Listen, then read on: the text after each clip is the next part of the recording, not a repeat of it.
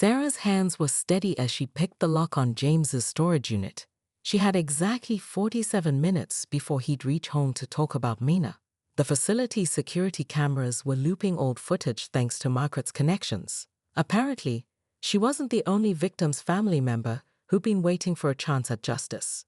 The unit was larger than expected, clinically organized with labeled boxes.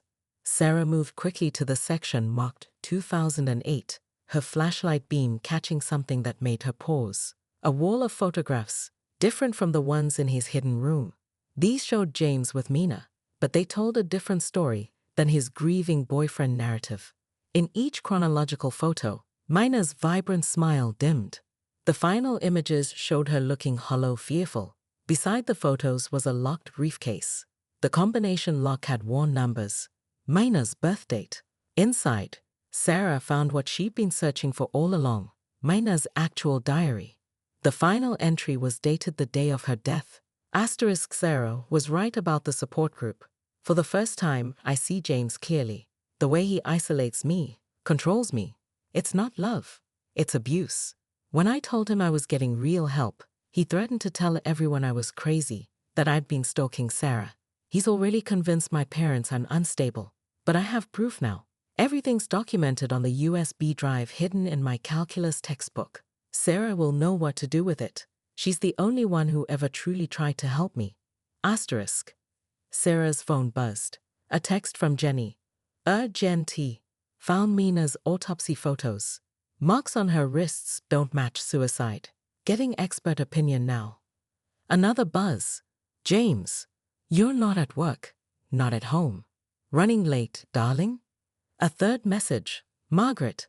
Police contact confirmed James's presence at both Alexandra's and Rebecca's death sites. Building case file.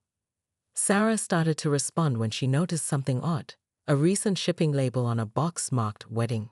Inside wasn't wedding material at all, but diving equipment, climbing gear, and a detailed map of Mirror Lake with certain spots marked in red. Her phone rang. Jenny again. Sarah, I found something else. That night, Mina didn't call just me. She called the police too. There's a sealed record of the call. I'm having it unsealed now. But the call cut off abruptly. Sarah's flashlight caught something else. A small notebook in James's current handwriting. Opening it, she found detailed plans for their honeymoon. Multiple scenarios for accidents, all meticulously planned. But something was wrong.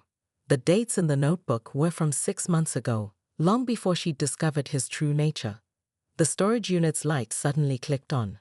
Finding everything you need, darling? James stood in the doorway, his smile pleasant. You know, you really should have checked for motion sensors. 1 year later, Sarah stood at a podium in Seoul's largest mental health conference center, facing an audience of hundreds. Behind her, a photo of Mina Park smiled at the crowd, eternally young. Revenge isn't always about destruction, Sarah began, her voice steady. Sometimes, it's about rebuilding everything that someone tried to destroy. The Mina Park Foundation had become a force in mental health advocacy, specifically addressing cultural stigma in Asian communities. Jenny, now the foundation's head of clinical research, sat in the front row beside their parents, who'd finally begun their own healing journey after accepting their role in Mina's story. James Mitchell will spend the rest of his life in prison, Sarah continued, not just for what he did to Mina, but for Rebecca, Alexandra, and countless others whose lives he destroyed in his obsessive quest for vengeance. But his true punishment isn't the prison walls. It's knowing that his actions led to exactly what Mina wanted all along. Open conversations about mental health, support for those suffering in silence, and hope for families trapped in cycles of shame. In the audience, Margaret Walsh nodded, surrounded by other families of James's victims. They'd formed their own support network, turning their shared trauma into a movement for change. The corporate crimes exposed through James's company had led to major reforms in tech industry oversight, with Sarah's law firm now leading the charge in digital rights and privacy protection. After the presentation, Sarah visited James one last time in prison. He'd aged decades in a single year, his charisma curdled into bitterness. She placed Mina's diary on the visiting room table. I never read the last pages, she said. They belonged to her sister. But Jenny wanted you to have them now. James's hands trembled as he opened to the final entry. Asterisk, if you're reading this, James, I forgive you. Not because you deserve it, but because holding on to hate would mean letting you control me even in death. Sarah showed me that true strength isn't about power over others. It's about helping them find their own power. I hope someday you understand that. Asterisk. Sarah left him there, crying over the words of the girl he claimed to love, but never truly understood. Outside, cherry blossoms filled the air, reminiscent of their high school days. Her phone buzzed with a text from Jenny. Another teenager had been saved by their early intervention program. That evening, Sarah stood at Mina's grave, placing fresh flowers beside the headstone. The inscription read, "Her truth lit the way for others." "You were right," Sarah whispered to the spring air. "The greatest revenge against darkness is bringing light to others." Rest easy, Mina. Your story isn't over, it's just beginning. Behind her, cherry blossoms continued to fall, each one carrying a small piece of truth into the world, proving that sometimes the best revenge isn't about ending a story, but about helping a new one bloom. Dr. Jenny Park's office at Stanford Medical Center was exactly what Sarah expected from a psychiatric resident. Minimalist, organized, with a single photo of Mina on the desk. What she hadn't expected was Jenny's first words. "I've been waiting for you." The younger Park sister had grown into a striking replica of Mina, but her eyes held a hardness her sisters never had. "James Mitchell contacted me last month," Jenny said, sliding a folder across her desk. "He wanted my blessing for your upcoming wedding. Claimed it was fate that brought him another chance at love." Sarah's hands trembled as she opened the folder. Inside were Mina's private medical records, therapy notes, and a journal Jenny had kept during her sister's final months. The truth that emerged was horrifying. "James isolated her completely," Jenny explained, her voice clinical, but her knuckles white. "When Mina's bipolar disorder symptoms first appeared, he convinced our parents that therapy was shameful, that it would ruin our family's reputation in the Korean community. He appointed himself her protector, controlling her medication, monitoring her phone, choosing her friends." The journal entries painted a picture of escalating control. James had weaponized Mina's mental health, gaslighting her into believing she was too unstable to make her own decisions. But things changed after her tutoring sessions with Sarah began. "You encouraged her to join that mental health support group," Jenny said. It was the first time someone had treated Mina's condition as something manageable rather than shameful. She started keeping a secret diary, making plans to leave him. Sarah's phone buzzed. Another staged incident at work. This time, someone had found old emails where she'd allegedly cyberbullied Mina, forwarding them to the firm's HR department. Her professional reputation was unraveling thread by thread. "He's using the same playbook," Jenny observed, "creating evidence of your instability, making you look paranoid. Last week, he called me expressing concern about your mental state." A nurse interrupted them. Jenny was needed for an emergency. As Sarah gathered her things to leave, Jenny grabbed her arm. "There's something else. The night Mina died, she called me. She was excited, said she had evidence of everything James had done. She was going to expose him. 2 hours later, she was gone. The police ruled it suicide, but her supposed note." Jenny's voice cracked. The handwriting was wrong. Sarah's phone lit up with a text from James. "Working late tonight, darling. Don't wait up." Attached was a photo, taken through Jenny's office window moments ago. On her way to her car, Sarah's phone rang. The wedding planner's voice was concerned. "I'm sorry, but there seems to be a problem with your honeymoon booking. Mr. Mitchell changed it last minute. Instead of the Maldives, he's booked a private cabin in the mountains. Someplace called Mirror Lake. He said it's more intimate." Sarah froze. Mirror Lake was where Rebecca Liu had her hiking accident. Sarah maintained her routine with mechanical precision, knowing James was watching. Every morning, coffee with extra sugar, a kiss goodbye, and the practiced smile of a woman in love. Every evening, dinner plans, wedding preparations, and pillow talk about their future. But beneath this choreographed dance of normalcy, she was hunting. Her first breakthrough came while scheduling their honeymoon. James had insisted on a private island resort in the Maldives, remote, exclusive, and completely isolated. While reviewing the booking details on his laptop, she discovered his browser history hadn't been completely cleared. 2 previous searches stood out: untraceable poisons and drowning investigation procedures. That night, during their usual video call with the wedding planner, Sarah noticed something in James's office she hadn't seen before. A small photo frame, partially hidden behind his awards, showed him with 2 women. Both bore striking resemblances to her: successful Asian American professionals in their late 20s. Both had died in the past decade. Rebecca Liu, tragic hiking accident, 2015, Sarah muttered, typing frantically in her private browser. Alexandra Wang, drowning, 2018. Their deaths had been ruled accidental, but the pattern was unmistakable. They had each dated James briefly before their accidents. A message popped up on her screen, looking for something. It disappeared instantly. Sarah's pulse quickened, but she kept scrolling through wedding venues on her visible browser. She prepared for this. Her real investigation was happening on a burner phone, hidden in a hollow book in her office desk, the one place James never visited due to her firm's strict client confidentiality policies. The next morning, Sarah's closest friend Andrea cornered her at their regular coffee spot. "Is it true?" Andrea's eyes were cold. "What they're saying about what you did in high school? What are you talking about?" "Someone sent me proof. Messages, photos, showing how you tormented that poor girl until she—" Andrea's voice broke. "I can't believe I never knew this side of you." Sarah's coffee turned bitter in her mouth. James had been busy, systematically poisoning her relationships, laying the groundwork for her isolation. When her phone buzzed with a text from her mother asking about those horrible rumors, Sarah realized the scope of his plan.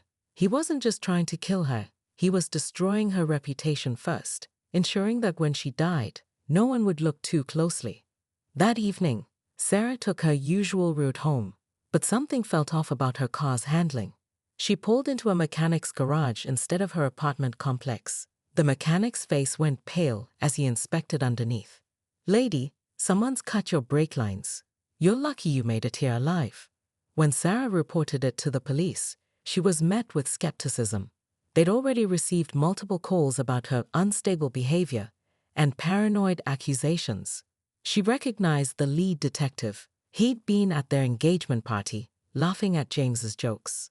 Looking at her phone, Sarah saw a new email: honeymoon itinerary confirmation, one-way ticket. The champagne flowed freely at the Robertson Hotel's Grand Ballroom, where Sarah Chen's engagement party was in full swing.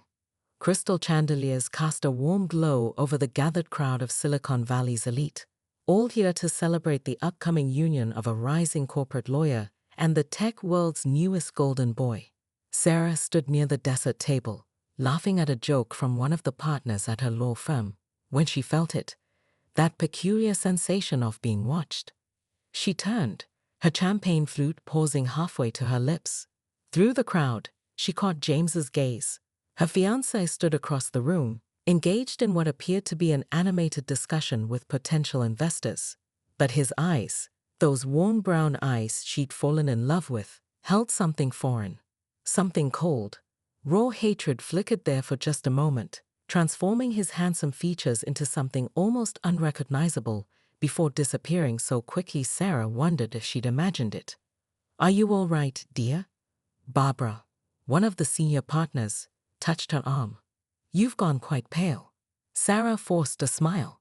"Just wedding jitters, I suppose." The lie tasted bitter on her tongue. Later that night, after the guests had departed and James had fallen asleep, Sarah couldn't shake the unease that had settled over her.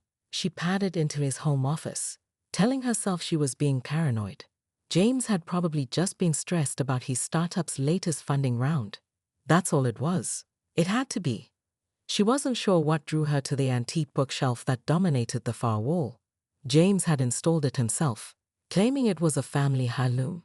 Sarah ran her fingers along the carved wood, remembering how he'd spent an entire weekend getting it just right. Her nail caught on something, a slight irregularity in the wood. When she pressed it, there was a soft click. The bookshelf swung forward silently, revealing a hidden room that shouldn't have existed in their high-rise apartment's floor plan. Sarah's breath caught in her throat. The walls were covered with photographs, hundreds of them. Her walking to work, her having lunch with colleagues, her jogging in the park. The timeline stretched back 5 years, long before she'd supposedly met James at that charity gala. In some photos, she was marked with red X's. In others, her face was circled, with dates and locations meticulously noted. But it was the centerpiece that made her blood run cold. A large photograph of a teenage girl with flowing black hair and a gentle smile, yellowed with age. Across it, someone had written "Revenge" in thick red letters that looked disturbingly like blood. Below the photo was a news clipping. Local high school students' Death Rocks community. Sarah recognized the girl immediately. Mina Park. They'd gone to high school together 15 years ago. The same Mina who had died 2 weeks before graduation. Sarah sat in her car outside James's startup headquarters at midnight, watching data stream across her laptop. After discovering his company's financials were too perfect, she'd hired an anonymous hacker who found a hidden server. What it contained made her previous discoveries seem tame. Project Phoenix was James's masterpiece, a network of tragedy-stricken individuals he'd manipulated into becoming his personal revenge army. Each folder contained a familiar pattern: identify someone who'd lost a loved one, feed them a carefully crafted story about bullying or abuse, then channel their grief into destructive action. The detective investigating her break lines. His sister had died in college. James had convinced him it was due to hazing from a girl who looked remarkably like Sarah, the HR director at her firm. James had planted evidence suggesting Sarah had cyberbullied her daughter years ago. Even Sarah's best friend Andrea had been weaponized. James had connected her brother's suicide to supposed workplace harassment by someone matching Sarah's description. A new email appeared from Jenny. Emergency. Come now. Attached was security footage from Mina's high school, dated the day before her death. Sarah's hands shook as she played it. The video showed James in the school counselor's office, his younger self radiating the same charisma he used now. I'm worried about Mina, he was saying. She's been fixating on this girl, Sarah Chen. Claims Sarah's the only one who understands her. I think she's becoming obsessed, maybe dangerous. He'd been laying the groundwork even then, Sarah realized. If Mina had exposed him, he'd already planted seeds to discredit her. A knock on her car window made her jump. A woman stood there, mid-50s, professionally dressed. Sarah recognized her from James's files. Margaret Walsh, mother of one of his accident victims. I've been following you, Margaret said after Sarah cautiously rolled down the window. I know what you're investigating. There's something you need to see. At a nearby diner, Margaret pulled out a USB drive. My daughter Alexandra, the drowning victim. She was researching James too. She found connections between his startup and a series of cyber attacks on his competitors. Companies that mysteriously failed after their reputations were destroyed online. He's been practicing his destruction techniques for years. Sarah's phone lit up with alerts. Her bank accounts were suddenly empty. Her social media was flooding with posts she'd never made, containing horrific confessions about Mina. Her email was sending resignation letters to her firm's partners. He's starting, Margaret said grimly. This is how it began with Alexandra. First, he destroys your life digitally. Then, she was cut off by the diner's TV switching to breaking news.